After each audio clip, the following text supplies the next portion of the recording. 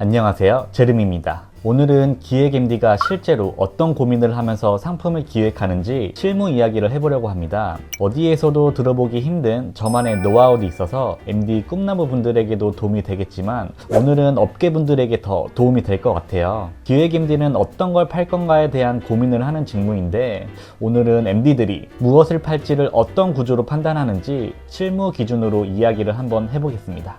많이들 MD를 트렌드 잘 아는 사람, 옷 잘 고르는 사람이라고 생각하시는데 실무에서는 조금 다릅니다. MD는 예쁜 걸 고르는 사람이 아니라 목표 매출 안에서 어디에 돈을 쓰고 어디를 줄일지 결정하는 사람이에요. 그래서 기획의 시작은 항상 이 옷 예쁘다가 아니라 이번 시즌에 우리는 무엇으로 돈을 벌 건가입니다. 남자분들은 이해하기 쉽게 말씀드리면 군대에서의 행보관 같은 존재라고 할 수 있어요.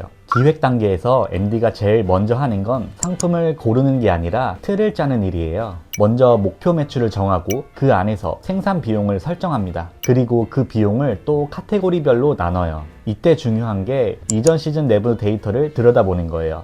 이전 시즌 데이터를 보면 우리 브랜드가 어디서 강했고 어디서 약했는지가 보이거든요. 아우터가 강한 브랜드인지 상의가 잘 팔리는 브랜드인지 아니면 하의가 힘을 받는 브랜드인지 말이에요. 기획에서는 이 강점을 더 키우는 방향으로 갑니다. 약점을 무리해서 보완하려다 전체 구조가 흔들리는 경우가 생각보다 많거든요. 다음은 시장 데이터를 분석합니다. 데이터도 과거의 데이터와 현재의 데이터를 적절히 섞는 게 중요합니다. 이거 중요하니까 꼭 메모하세요. 먼저 과거 데이터의 대표 예시는 특정 상품의 판매량이에요. 단순히 많이 팔렸다가 아닙니다. 중요한 건 왜 팔렸는지예요. 가격 때문이었는지, 시기 때문이었는지, 아니면 디자인이나 핏 때문이었는지. 같은 판매량이어도 이유가 다르면 다음 시즌 전략은 완전히 달라집니다.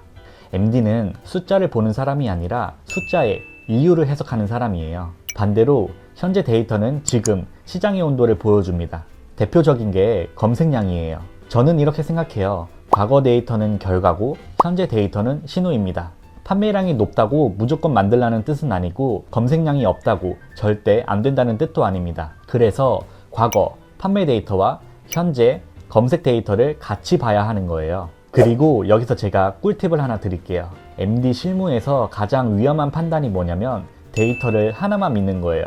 내부 데이터만 보면 시장 변화를 놓치고 외부 데이터만 보면 또 우리 브랜드 현실을 놓칩니다. 그래서 데이터는 내부 데이터와 외부 데이터가 합쳐졌을 때 비로소 빛을 발휘합니다. 이게 MD 판단의 기본 전제예요. 다음은 상품 판매가를 정해야 되는데요. 많은 분들이 오해하시는 게 MD가 마음대로 가격을 정한다 라는 건데 사실 가격을 MD 마음대로 정하는 경우는 거의 없습니다. 가격을 책정할 때 대표적으로 보는 건 세 가지인데요. 첫 번째로는 시장 상황을 봅니다. 소비 심리 지표, 온라인 의벽 통계표 같은 자료를 참고해요.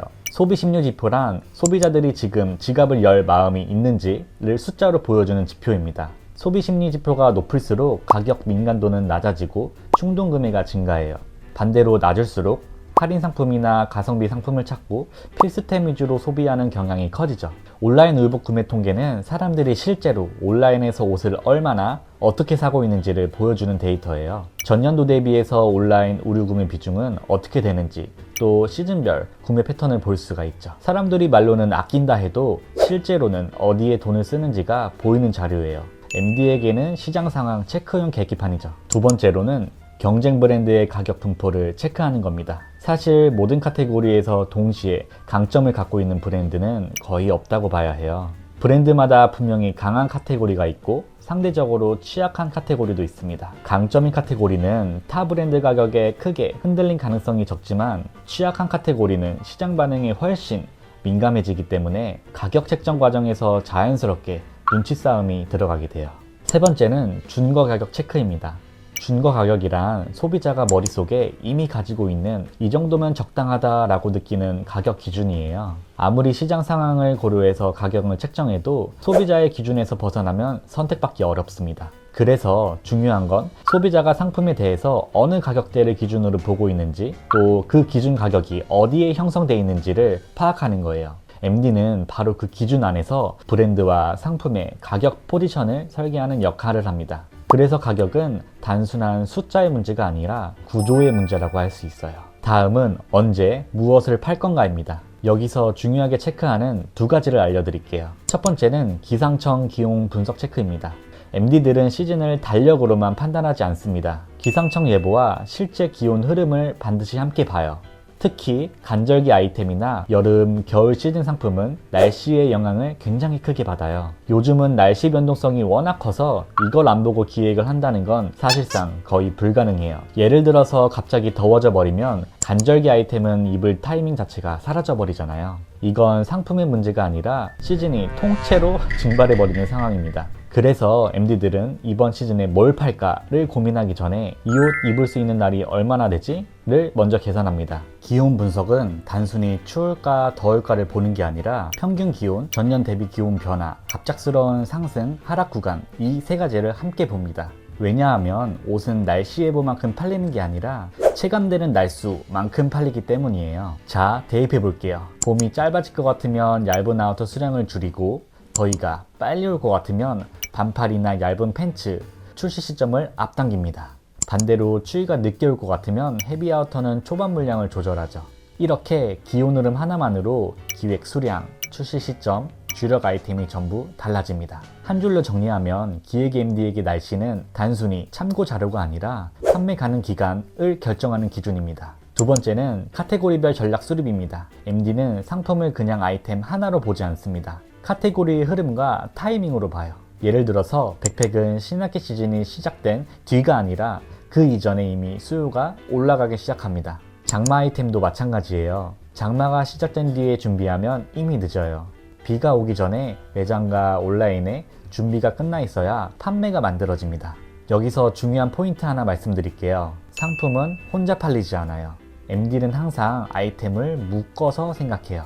예를 들어서 반바지를 기획하면 양말, 샌들, 장화처럼 같은 시즌, 같은 상황에서 함께 움직이는 유사 아이템을 같이 봅니다. 이렇게 묶어서 보면 단품 판매로 끝나는 게 아니라 객 단가, 구성 제한, 세트 전략까지 확장할 수 있어요. 소비자는 상품을 사지 않고 상황을 한 번에 해결하려고 하는 성향이 있기 때문이에요. 그래서 카테고리 전략은 이 상품을 팔까 말까의 문제가 아니라 어떤 흐름으로 묶어서 언제 어떤 조합으로 팔 것인가를 정하는 과정입니다. MD에게 중요한 건 상품 하나의 완성도가 아니라 카테고리 전체가 움직이는 그림이에요. 전체적인 그림은 이제 거의 다 설명드린 것 같아요. 힘드시죠? 거의 다 왔습니다. 조금만 힘내세요. 이제 진짜 가장 중요한 꿀팁 하나를 알려드릴게요. 많은 MD들이 작년이 팔렸던 게 이번 시즌에도 팔릴까를 제일 두려워합니다. 그런데 트렌드는 어느 날 갑자기 사라지지 않습니다. 설령 사라진 것처럼 보여도 대중에게는 항상 체감되는 지속시간이 더 길어요. 그래서 이전 시즌에 잘 팔렸던 트렌드는 대부분 지속되거나 변형됩니다. 이해하기 쉽게 가상의 패딩을 예시로 설명해 드릴게요. 처음엔 패딩이라는 키워드 하나로 판매도 잘 되고 검색량도 높습니다.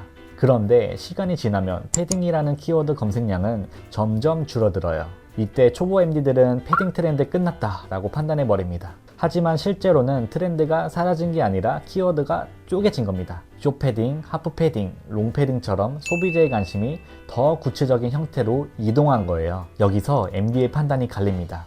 패딩이라는 단어만 보고 트렌드가 끝났다고 판단하면 기획 자체를 아예 접어버리게 되고, 반대로 키워드가 어떻게 분화되는지를 보면 어떤 형태가 살아났는지가 보이죠. 그래서 트렌드 수명을 볼 때 가장 중요한 건 이 트렌드가 끝났나가 아니라 이 트렌드가 어떤 형태로 변했냐입니다. MD는 키워드의 총량이 아니라 구조의 변화를 읽어야 돼요. 이 함정에 빠지면 MD의 기획 판단은 완전히 틀어질 수 있어요. 정리해보면 MD는 유행을 쫓는 사람이 아니라 데이터를 해석해서 언제 무엇을 얼마나 가져갈지를 결정하는 사람입니다. 오늘 영상은 정답보다는 MD들이 어떤 구조로 생각하는지를 보여드린 거예요. 도움이 되셨으면 정말 좋겠습니다.